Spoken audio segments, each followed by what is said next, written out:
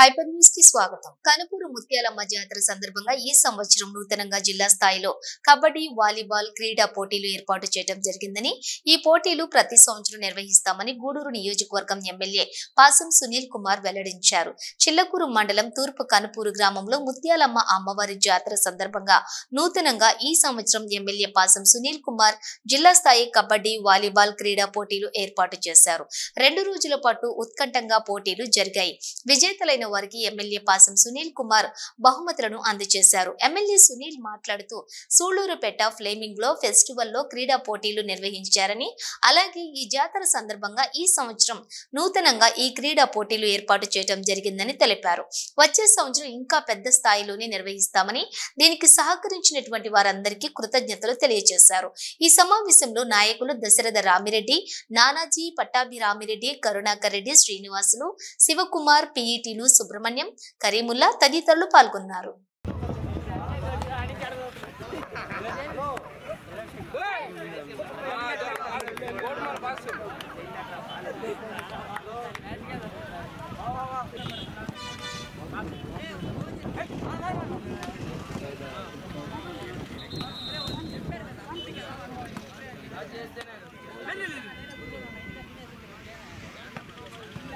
అన్ని విషయాలు కూడా వారు ఈరోజు మనకు ఎటువంటి లోపాలు లేకుండా వారు అన్నీ కూడా చూసి ఈరోజు మంచి మ్యాచ్, ఒక 5 నిమిషాలు ఈ రెండు పాయింట్ల మ్యాచ్ ఉంది సార్, దయచేసి రిక్వెస్ట్ చేస్తూ కోరుతున్నాం.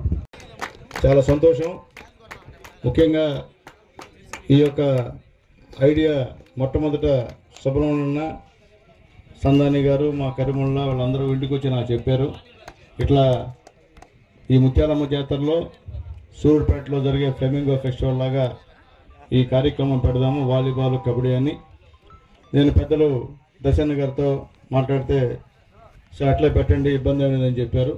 తర్వాత పెద్దలు మా గంగాప్రసాద్ గారితో మాట్లాడితే క్రీడాకారులకి ఈ యొక్క ప్రైజ్ సంబంధించినటువంటి మొమెంటో కానివ్వండి, అలాగే వాళ్ళకు సంబంధించినటువంటి ఈ యొక్క వాలీబాల్ కిట్స్ కానీ వాలీబాల్ అన్నీ కూడా మనం ఏర్పాటు చేస్తాం సునీల్, కాబట్టి నువ్వు ఏర్పాటు చేయని చెప్పి మాకు అన్ని విధాలా సాయం చేసినటువంటి గంగాప్రసాద్ గారికి మనస్ఫూర్తిగా ధన్యవాదాలు తెలియజేస్తున్నా. అలాగే క్యాష్ ప్రైజ్ కూడా, first prize, second prize, third prize కూడా పెద్దలు గంగాప్రసాద్ గారు ఇచ్చారని చెప్పి తెలియజేస్తున్నా. చాలా యాక్టివ్గా మా వాళ్ళందరూ పాల్గొన్నారు ఈ కార్యక్రమంలో. అలాగే మా సుబ్రహ్మణ్యన్న చెప్పాడు, ఈ పోటీలను ఈ సంవత్సరం ఆపేస్తారా లేకపోతే మళ్ళీ నెక్స్ట్ ఇయర్ పెడతారా అనే సందేహం వ్యక్తం చేస్తున్నారు మా ప్లేయర్స్ అందరూ కూడా అని చెప్పారు. నేను ఎమ్మెల్యే అయినంత వరకు కంటిన్యూ చేస్తా, ఏం ఇబ్బంది ఏమి లేదు, దాంట్లో రెండో మాట కూడా లేదని చెప్పి నేను తెలియజేస్తున్నా. ఎందువల్లంటే నేను కాలేజీ దగ్గర నుంచి నాకు సార్ పెంచుతారండి సార్, క్యాష్ అవార్డు కూడా పెంచమని చెప్పి చెప్తున్నారు, అది కూడా ఖచ్చితంగా పెంచుతారని చెప్పి తెలియజేస్తున్నా. నేను యాక్చువల్గా కబడ్డీలో కాలేజ్ దగ్గర నుండి, అంటే 10th క్లాస్ దగ్గర నుండి కబడ్డీ ప్లేయర్ని. నాకు వాస్తవంగా ఆడి ఇది కూడా చెయ్యి కూడా ఫ్రాక్చర్ అయింది. అట్లాగే ఇంటర్మీడియట్లో వాలీబాల్ ప్లేయర్ని. నాకు ఈ రెండు చాలా ఇష్టం.